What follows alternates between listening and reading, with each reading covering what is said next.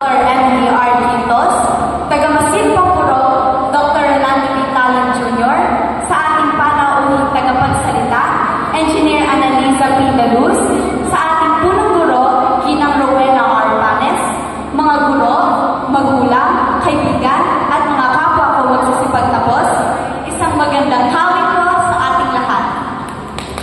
Hindi ko alam kung dapat bang hintayin ang araw na ito at salubungin ng may saya at hindi, o may luha at lungkot sa ating mukha. Ito ang araw ng ating pagtatapos na may temang Henerasyon ng Pagkakaisa, Kaagapay sa Bagong Pilipinas. I wish to underscore and highlight the significance of 3 words on this momentous occasion. Una, Panginoon. Nais kong ialay ang araw na ito sa buong lumikha.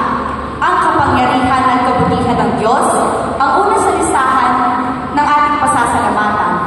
Maraming salamat po sa buhay, sa talino, sa talento na iyong ibinigay sa amin. Ikalawa, pamilya.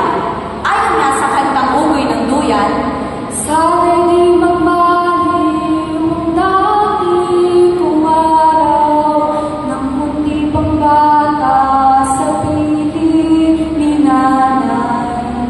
Siyam na buwan, ganito tayo katalagkan inalagaan ng ating nanay sa kanyang tiyan, kaagapay ang ating tao. They have been our beacon of life from childhood until now. They instilled in us the values of being good individuals with integrity, respect, and strong convictions. Mga kapwa ko magsasipagtapos, huwag natin hayaan mawala sa atin ang mga aral na ito. Ako man, hindi perpekto man ako, subalit alam ko na ang lahat ng pangaral na ito ay para sa ikabubuti ko. Bilang anak, matuto tayong humingi ng pagpapatawad sa ating mga magulang. Sa aking Mommy Joanne at Daddy Rodney, sorry po sa mga pagkakataon na ako ay naging matigas ang ulo. Sorry po sa mga pagkakataon na ako ay sumagot at nakatuwinan ng di tama. At sa kabila ng lahat ng kabalian kong ito, ay nangingibabaw ang aking pasasalamat sa inyo. Sa Mommy at Daddy, sa araw-araw nagigising kaming magkapatid na may nakahanda ng almusal sa pagkainan, lutong pagkain na aming ibabaon, merienda sa pag-uwi, at planchadong uniforme sa aming pagpasok. I know that you were also tired, but you still made the effort to wake up early and provide for our needs. I salute both of you for your selflessness and sacrifices for my sibling and me. Ang lahat ng karangalan at medalya na meron ako ngayon ay para sa ikabubuti, ay para sa inyo. Ito ay gusto kong inaalay sa inyong dalawa.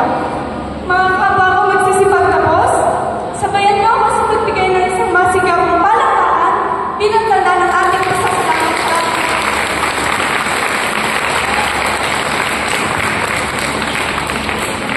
Ang ikatlo at huling salita na aking bibigyan ay ang karunungan. Ayon nga kay Mahatma Gandhi, live as if you were to die tomorrow. Learn as if you were to live forever.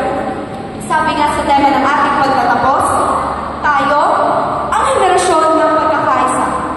Lubos ang ating kakayahan maging bahagi ng pagtatayo ng bagong Pilipinas. Let us pursue knowledge and wisdom with enthusiasm. Believe that there is always more to discover and chase.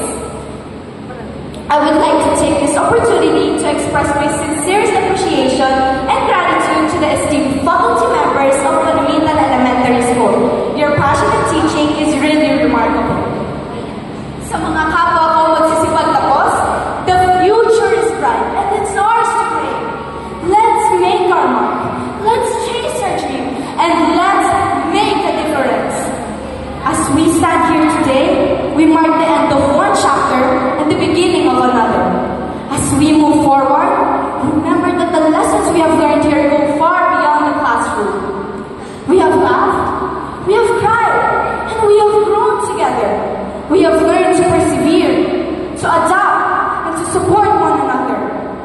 Huwag tayong mapagod kumising na maaga para pumasok. Huwag tayong mapagod gumawa ng assignments or projects. Huwag tayong mapagod mag-aral at patuloy na abutin ang ating mga pangarap. As the song goes, sa isang pangarap, ako'y naniniwala.